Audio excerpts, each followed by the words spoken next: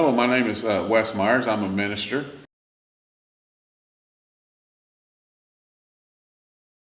Marijuana, it led into alcohol, and then it led into harder drugs, pills, and just about anything I could get my hands on.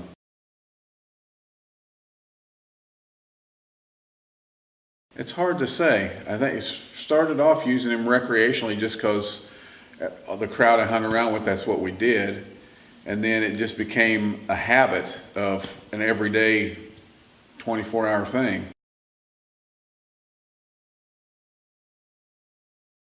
It was just to see how high I could get, to outdo everyone. It was kind of like if I was going to get high, I wanted to get higher than anybody else. It masked all the other stuff.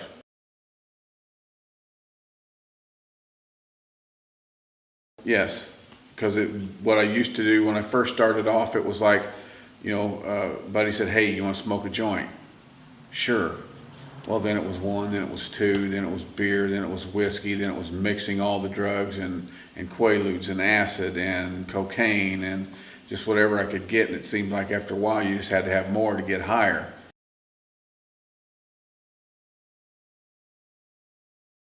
It made me feel wanted because made me feel like part of the crowd. Okay. But then it made me feel like I was something I wasn't.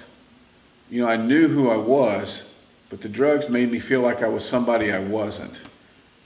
But it was something I couldn't help. I had to keep doing it to cover up and hide the real pains and problems that I had.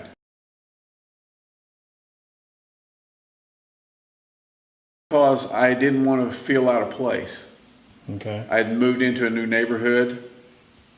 I went to smoke a cigarette. Somebody came up and said, "Hey, you want to get high?" I didn't want to look like a nerd or something like that, and I said, "Sure." And that's where it started. I think at first I started doing it just because everybody else did and it was fun, or I thought it was fun. It wasn't until years and years later that I realized that I was doing it to mask some hurt and some pain from things that had happened.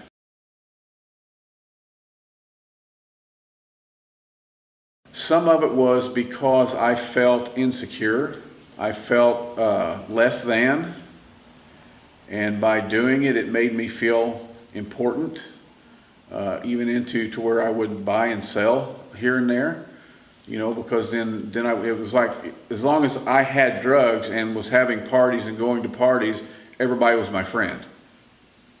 I felt alone, I guess, in a way, and having this stuff made me feel like I was part of something.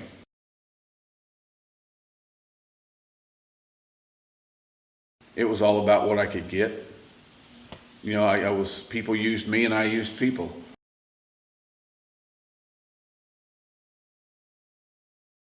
It brought a lot of turmoil to my family. I caused a lot of pain. I feel I was partially responsible for my brother and sister getting involved in it because I was the oldest one. I remember one of the first times I think it might have been the first time I got caught, there was a lot of my family there. And I was very stoned, and I just said I liked doing it, so I was going to keep on doing it. And the reaction of my family was like shocked and like, "Really?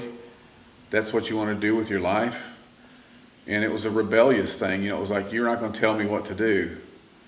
And I know I caused my mom and my dad, and me and my dad even had a bit of a falling out because of it for a short period of time. And I know I caused a lot of anguish, a lot of destruction. The biggest thing I can say about it was all the destruction that it caused.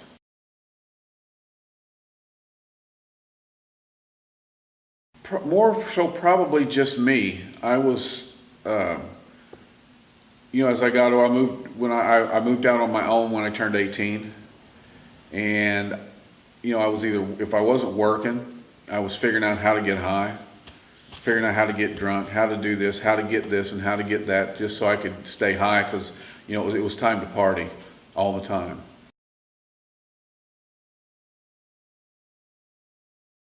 Financially, it'll eat your money. It will, because you'll get lost in, that's all you'll want is that, and you'll slug off bills. You'll put bills behind, you'll live with other people, you'll do whatever you have to do. and it eats your mind up. A lot of the people that I grew up with are that didn't stop, that haven't seen in a long time, but when I've seen them, they were like walking zombies. They were still living just to get high, or they're dead, or have a lot of mental problems, or they're living very, I don't want this to sound bad, but not productive lives. It's just about trying to survive and stay high.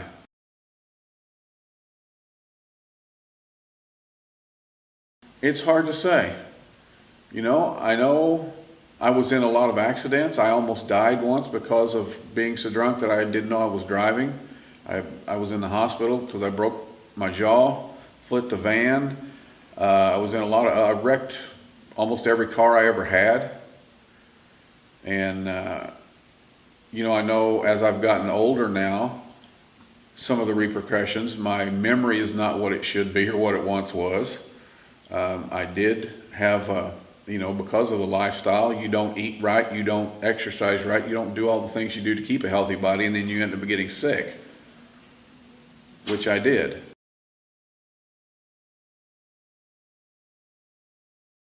We had, like I said, the first time I got caught, it was kind of like a family intervention, and but no, not really.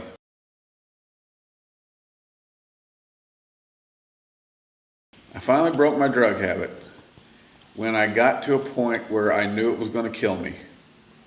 I knew that if something didn't change, something didn't happen, I was going to die. Because if I was going to do it till it killed me, because that's the cycle that drugs get you into. It's a cycle of not enough, never enough, always need more. And I got down on my knees and I prayed. I told God, I said, look, if you take these things away from me, I'll never do them anymore. And it was a miraculous deliverance from it. Overnight, it was like I was freed from it. I never had a withdrawal. I never had a craving. It was like I had never done it. That was what I prayed. I said, Lord, if you take this away, make it like I'd never done it, and I'll never do it again. And when I woke up the next day, it was all gone. It was like I'd never done it. I never had a desire to go back or anything.